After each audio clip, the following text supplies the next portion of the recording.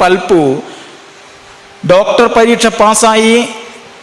അദ്ദേഹം ഇവിടെ തിരുവിതാംകൂർ സർവീസിന്റെ കീഴിൽ ഒരു ഡോക്ടറായി ജോലി തരണമെന്ന് അപേക്ഷിച്ച് തിരുവിതാംകൂർ മഹാരാജാവിന്, തിരുവിതാംകൂർ എന്ന് പറയുന്ന ഹിന്ദു രാജ്യത്തെ, സവർണ ഹിന്ദു രാജ്യത്തെ രാജാവിന് അപേക്ഷ കൊടുത്തപ്പോൾ കിട്ടിയ മറുപടി എന്തായിരുന്നു? 10 മൂട് തെങ്ങ് കരമൊഴിവാക്കി ചെത്താൻ തരാം, ചെത്തിക്കോളാനാ പറഞ്ഞത്. ഡോക്ടർ പൽപ്പു ഡോക്ടറായാലും ചെത്തുകാരനാണ്.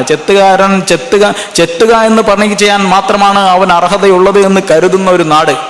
അതിനുശേഷം എത്രയോ കാര്യങ്ങൾ നടന്നു. SNDP യോഗമുണ്ടായി. ശ്രീനാരായണ ഗുരുവിന്റെ നേതൃത്വത്തിൽ വലിയ നവോത്ഥാന പ്രവർത്തനങ്ങളുണ്ടായി. ഇവിടെ മുസ്ലിങ്ങളും ക്രിസ്ത്യാനികളും ഈഴവരും എല്ലാം ചേർന്ന് നിവർത്തന പ്രക്ഷോഭം നടത്തി. അധികാരത്തിലെ പങ്കാളിത്തം പിടിച്ചുവാങ്ങി. അതിനുശേഷം C. കേശവൻ കേരളത്തിൽ ഇവിടെ തിരുക്കൊച്ചിയിൽ മുഖ്യമന്ത്രിയായി കേരളം ഭരിച്ചു.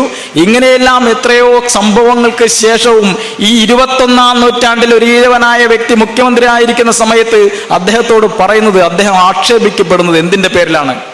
അവസാനം കമാൽ പാഷ റിട്ടയർ ജഡ്ജിയും പറഞ്ഞത് ഈ കാര്യമാണ്, അല്ലെ?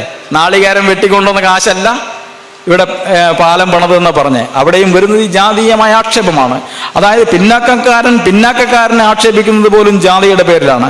അതായത് എത്ര വലിയ സമ്പത്തുണ്ടായാലും അധികാരത്തിന്റെ മുകളിൽ കയറിയിരുന്നാലും പിന്നാക്കക്കാരന്റെ പിന്നാക്കാവസ്ഥ, ജാതീയമായ സാമൂഹ്യമായ പിന്നാക്കാവസ്ഥയുടെ പരിഹാരമായി ഈ അധികാരമോ ഈ പറയുന്ന സാമ്പത്തിക മുന്നോക്കാവസ്ഥയോ മാറുന്നില്ല എന്നത് സാമൂഹ്യ